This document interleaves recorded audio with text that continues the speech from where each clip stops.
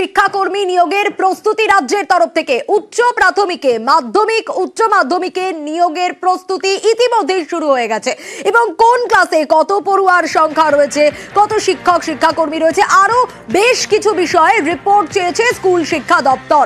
আরো ডিটেইল সোমরাজ এই বিষয়ে জানাতে পারবে। সোমরাজ, কোন কোন বিষয়গুলো ইনক্লুডেড রয়েছে স্কুল শিক্ষা দপ্তর যে রিপোর্ট চেয়েছে, তাতে কি কি বিষয় জানাতে হবে? দেখো, একাধিক বিষয় জানানোর কথা বলা হয়েছে, কিন্তু সব থেকে যেটা গুরুত্বপূর্ণ যে প্রত্যেকটি স্কুলে এই মুহূর্তে কত শিক্ষক শিক্ষাকর্মীর সংখ্যা রয়েছে, আগামী দিনে বা নিয়োগের জন্য সেক্ষেত্রে কত শূন্যপদ পড়ে রয়েছে শিক্ষক ও শিক্ষাকর্মীর ক্ষেত্রে, তার সঙ্গে প্রত্যেকটি স্কুলে ক্লাস ভিত্তিক অর্থাৎ পঞ্চম শ্রেণী থেকে দ্বাদশ শ্রেণী পর্যন্ত শ্রেণী ভিত্তিক পড়ুয়ার সংখ্যার তথ্যও রাজ্য স্কুল শিক্ষা দপ্তর চেয়েছে।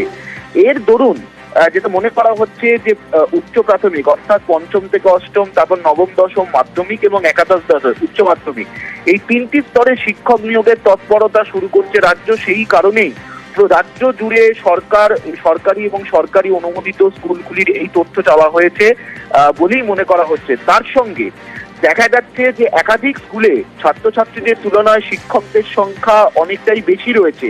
সেক্ষেত্রে এই তথ্যের ওপর নির্ভর করে সেই বদলি প্রক্রিয়াও শুরু করতে চাইছে রাজ্য, অর্থাৎ যেখানে অতিরিক্ত শিক্ষক রয়েছে, অন্যদিকে যেখানে শিক্ষক নেই প্রাথমিকভাবে সেই বদলি প্রক্রিয়াও শুরু করতে চাইছে রাজ্য।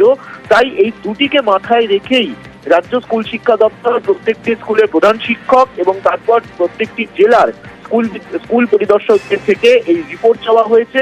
দ্রুত এই রিপোর্ট পাঠানোর নির্দেশ দেওয়া হয়েছে।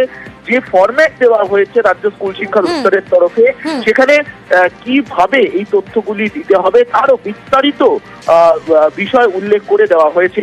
সব মিলিয়ে মনে করা হচ্ছে যে উচ্চ প্রাথমিক থেকে উচ্চ মাধ্যমিক স্তর পর্যন্ত শিক্ষক নিয়োগের প্রক্রিয়া ফের শুরু করতে চাইছে রাজ্য। সেই কারণেই এই তথ্যগুলি চাওয়া হয়েছে। বেশ, এবিটি জঙ্গিদের কেউ কেউ ইতিমধ্যে জালে